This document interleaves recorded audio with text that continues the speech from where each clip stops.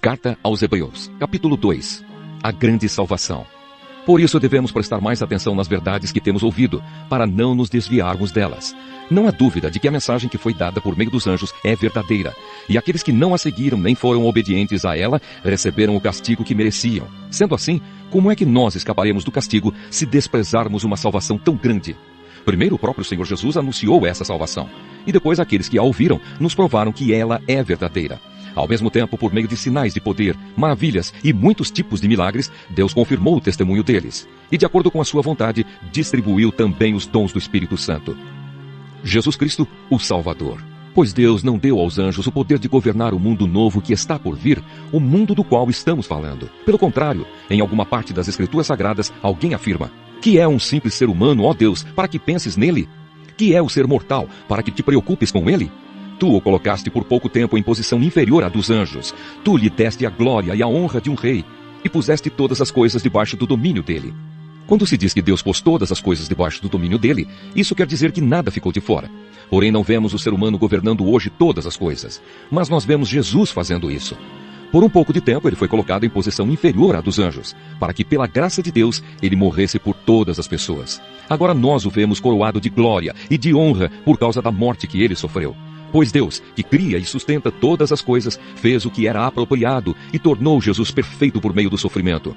Deus fez isso a fim de que muitos, isto é, os seus filhos, tomassem parte na glória de Jesus. Pois é Jesus quem os guia para a salvação.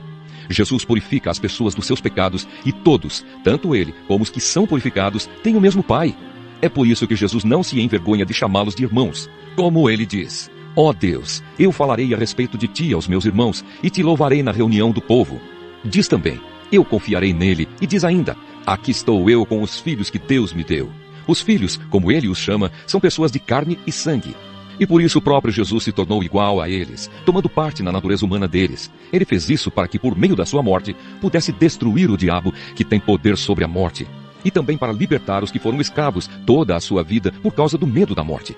É claro que ele não veio para ajudar os anjos. Em vez disso, como dizem as Escrituras, ele ajuda os descendentes de Abraão. Isso quer dizer que foi preciso que Jesus se tornasse em tudo igual aos seus irmãos, a fim de ser o grande sacerdote deles, bondoso e fiel no seu serviço a Deus, para que os pecados do povo fossem perdoados. E agora Jesus pode ajudar os que são tentados, pois ele mesmo foi tentado e sofreu.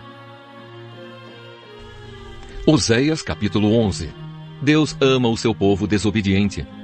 A respeito do povo de Israel, o Senhor Deus diz: quando Israel era criança, eu já o amava e chamei o meu filho que estava na terra do Egito. Porém, quanto mais eu o chamava, mais ele se afastava de mim. O meu povo ofereceu sacrifícios ao Deus Baal e queimou incenso em honra dos ídolos. Mas fui eu que ensinei o meu povo a andar. Eu os segurei nos meus braços, porém eles não sabiam que era eu que cuidava deles.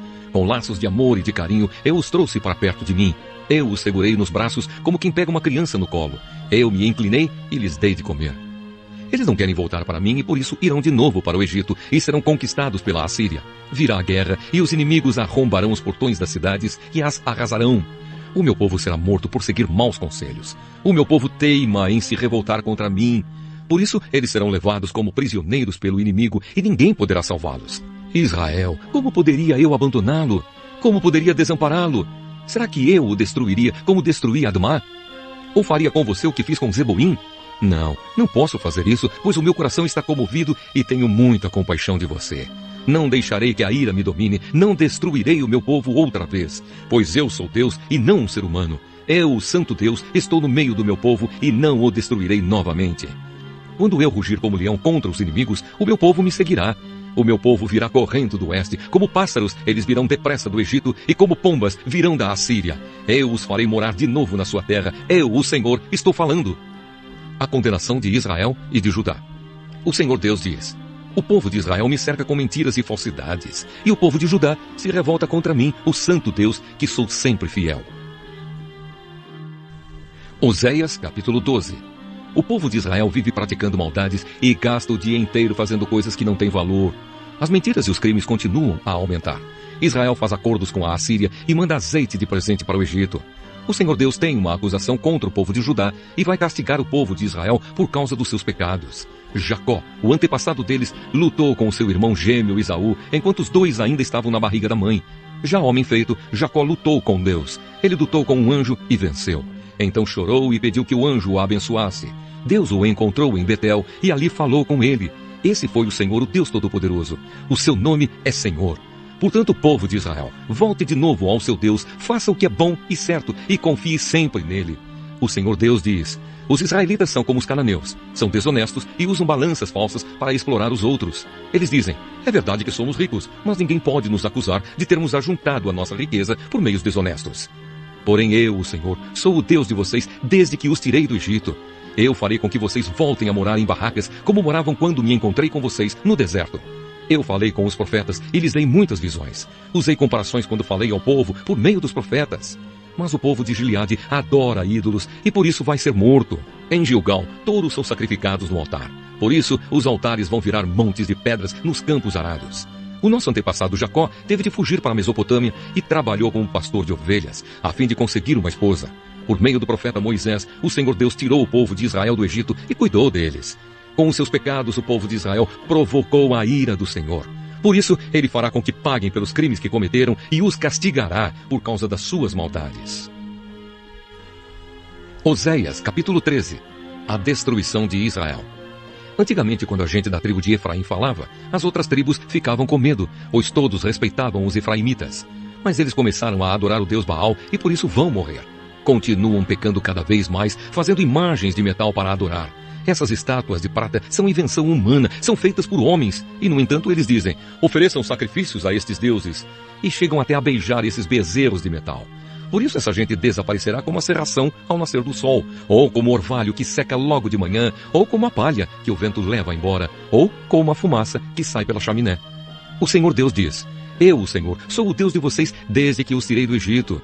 Eu sou o único Deus que vocês conhecem, o único Deus que os salvou. Eu cuidei de vocês quando estavam no deserto, naquelas terras sem água. Mas quando entraram na boa terra, vocês tiveram comida de sobra e ficaram satisfeitos. Então os corações de vocês se encheram de orgulho e vocês esqueceram de mim. Portanto vou atacá-los como um leão. Ficarei de tocaia como um leopardo.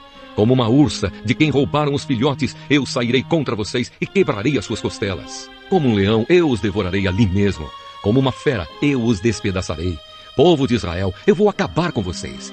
Quem poderá salvá-los? Vocês pediram que eu lhes desse um rei e também chefes em todas as cidades. Mas como é que eles podem salvá-los?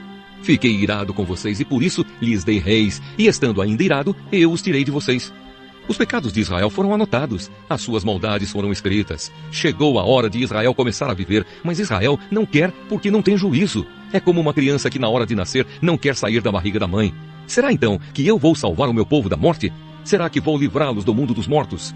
Ó morte, venha com seus tormentos. Ó mundo dos mortos, venha com seus castigos. Eu não terei mais compaixão deste povo.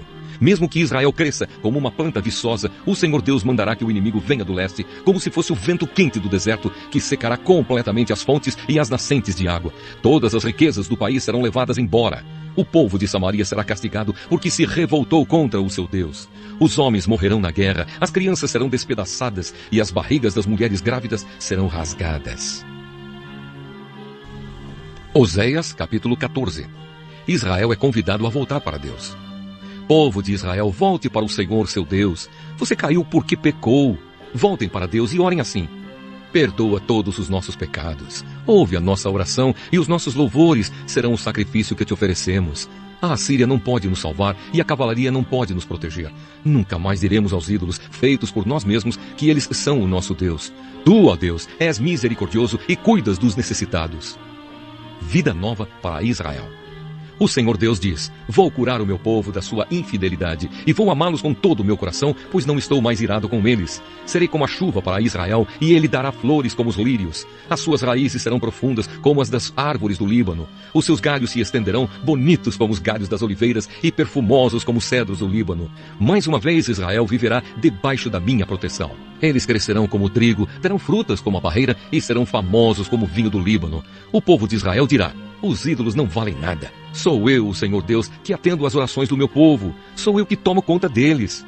Como um pinheiro verde, eu lhes dou abrigo, e de mim eles recebem todas as bênçãos. Conclusão: que as pessoas sábias e ajuizadas entendam a mensagem deste livro e meditem nela. Os caminhos de Deus, o Senhor, são certos. Os bons andarão neles, mas os pecadores tropeçarão e cairão.